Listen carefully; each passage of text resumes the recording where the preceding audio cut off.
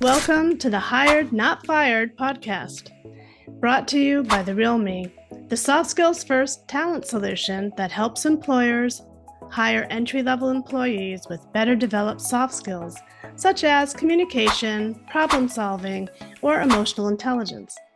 Join us as we sit down with hiring managers, talent leaders, and others and get insider tips to help Gen Z stand out and get hired. Let's dive in. Welcome back to part 2 of our conversation with Michael Brown from Snyk. Last time, we explored the power of communication and how to approach job hunting more strategically. Now let's dive into how to truly stand out and showcase your potential. Welcome back, Mike. You have an entry-level position. You've got 250 resumes, mostly written or enhanced by AI, and almost identical cover letters. How do you choose who to bring in? There's no professional experience. They've got their school that they went to and an internship that somehow they might have had or not had. So standing out is one of the biggest challenges for these people. And, you know, here at The Real Me, we're talking about the importance of soft skills for success and for proving your potential to an employer. How might a new applicant stand out? For example, would seeing that they're taking courses to develop their soft skills, their communication you mentioned was so important, and skills that also help them with their networking, would seeing that they're taking skills and soft skills, would that be one way to stand out that would help you? Yeah, I think it helps. I think, for us, especially, like for our program in particular, we're really focused on bringing in students that are close to graduation, so that we can potentially create a funnel down for early career talent at Snyk. And so, we're constantly looking at people that have no experiences, or they have only previous internships or co-ops, or they've only gotten classes under their belt, or they've gotten student athlete experiences as well. And so, I think we tend to look at the full picture, if you will, and then look for various signals that are going to lead us to, whether or not, that individual may be a strong communicator, or has higher EQ, or may fit the right role in terms of grit and, coachability, as it pertains to maybe an SDR role. And so we found that, there are certain signals. Student athletes, do kind of rise to the top. In my opinion, they tend to have seen and persevered through lots of tough experiences.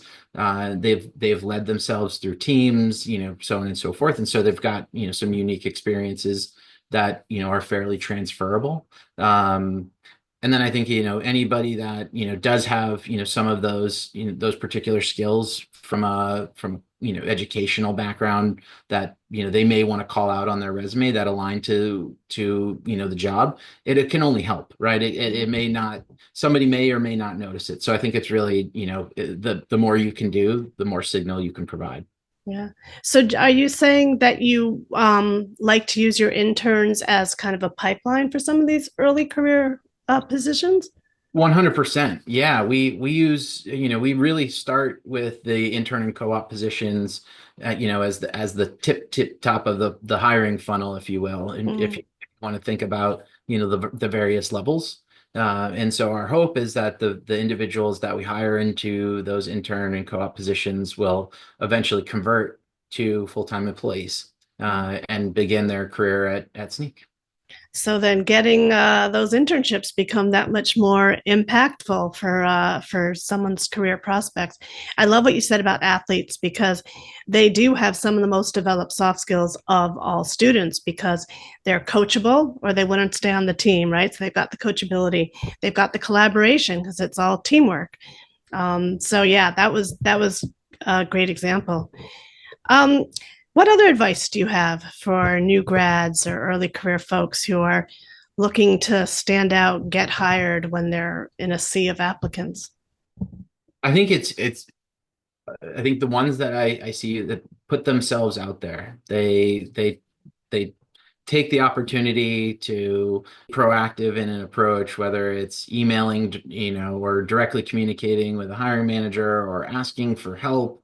I think those that are willing to put themselves out there and take a risk, are those that, I've seen personally. I mean, I'm somewhat biased because I have a limited selection that I've gotten to see, but those that put themselves out there, ask for introductory conversations, and target those that are willing to have those conversations. Those are the ones that are going to have, be the step ahead.